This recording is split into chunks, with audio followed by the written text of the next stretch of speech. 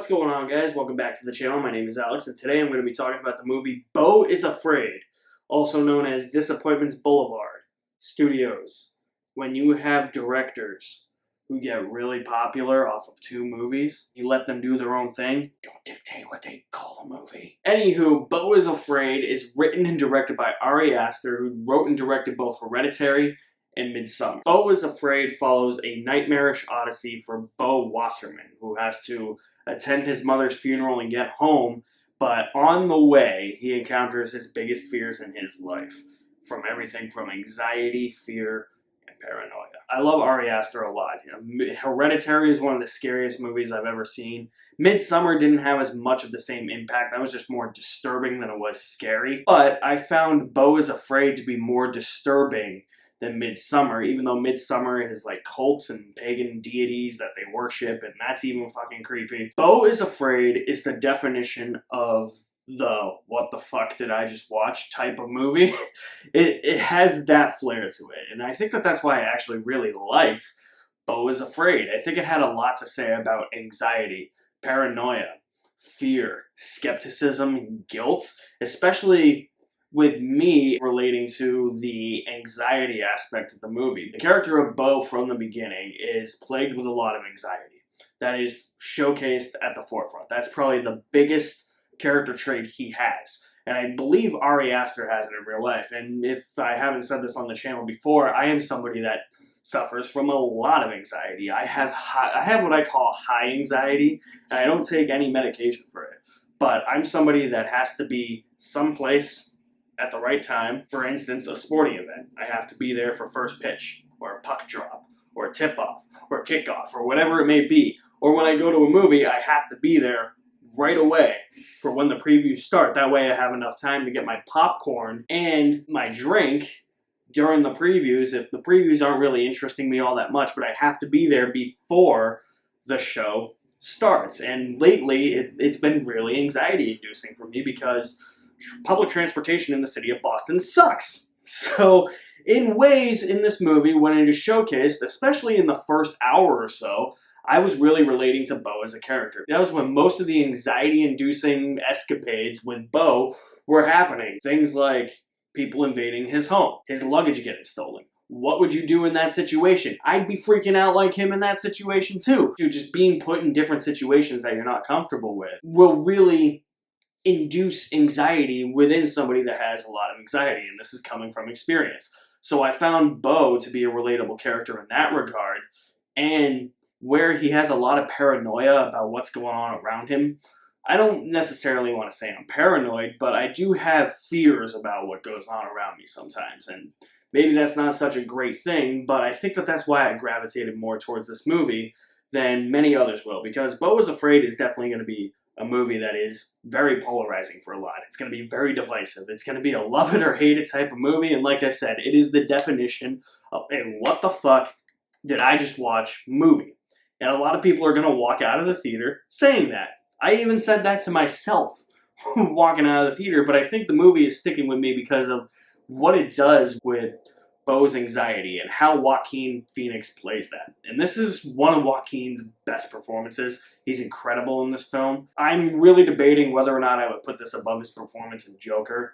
I actually think he was a lot better in this movie. He's really hunched over, kind of almost waddling like a penguin, very unsure of himself, very unsure of what to do in many situations, and he has a lot of guilt that he can't wrap his head around, and he doesn't understand why he has a lot of that guilt, but the movie explains that. Some very nightmarish visuals, some very acid-inducing visuals and cinematography. That is all top-notch. This movie can be described as a black comedy horror film that is an absurdist film as well, and a lot of the shit in here is absurd. I mean, there's a sequence I'm going to talk about in a minute that I didn't necessarily like, and I think that it actually bogs the movie down, but it's absurdist, for sure. It's out there, it's zany, it's crazy. I went along with it. I was like, huh, okay. Yeah, but I'll talk more about that in a minute, but that might also ruffle some people's feathers. They might be expecting a straightforward horror movie, considering that Ari Aster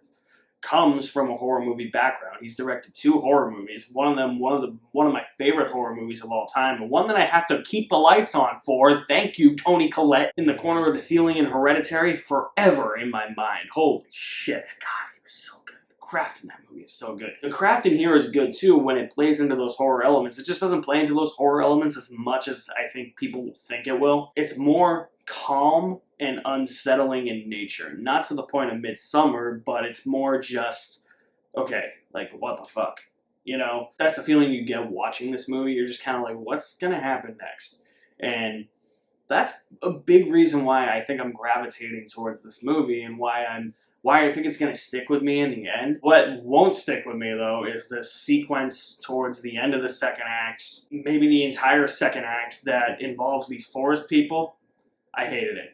It could have been eliminated from the movie, and the movie would be no different. There's a couple of plot threads that are introduced in that sequence that end up going nowhere. Like this dude who comes up to him and says, "Hey, I'm such and such," and I'm like, "Yep, that went exactly nowhere." Okay, I know what that sequence is trying to do. It's trying to provide an alternate perspective on Beau's life and how he sees his life and how his life might parallel what's actually happening in what he's watching. I just felt that the sequence went on way too long, and it just felt like Ari Aster in that sequence was being a little too self-indulgent and trying to make things more pretentious than they already were. Not to say that the movie is pretentious, and I think that that's going to be another problem. People are going to walk out of this movie saying it was the most pretentious thing they've ever seen, and it wasn't so on the nose as they thought it was, or maybe it is on the nose, and it's just using pretentiousness to portray how on the nose everything is. I didn't really see it that way until that sequence. That's where I felt like, okay, this is dragging on. Let's get to the point. I was feeling the runtime, because it is a 3-hour runtime. I felt it in that sequence. Man, I could have done without that entire sequence. There's a twist at the end that I liked. I didn't see it coming, and it really made me hate one character, that's for sure. And, yeah, I'm not going to be reevaluating my mother and son relationship, because there's no way I feel the same way that mother does towards Beau. Like, and there's no way my mother feels that way towards me or my brother. There's no way.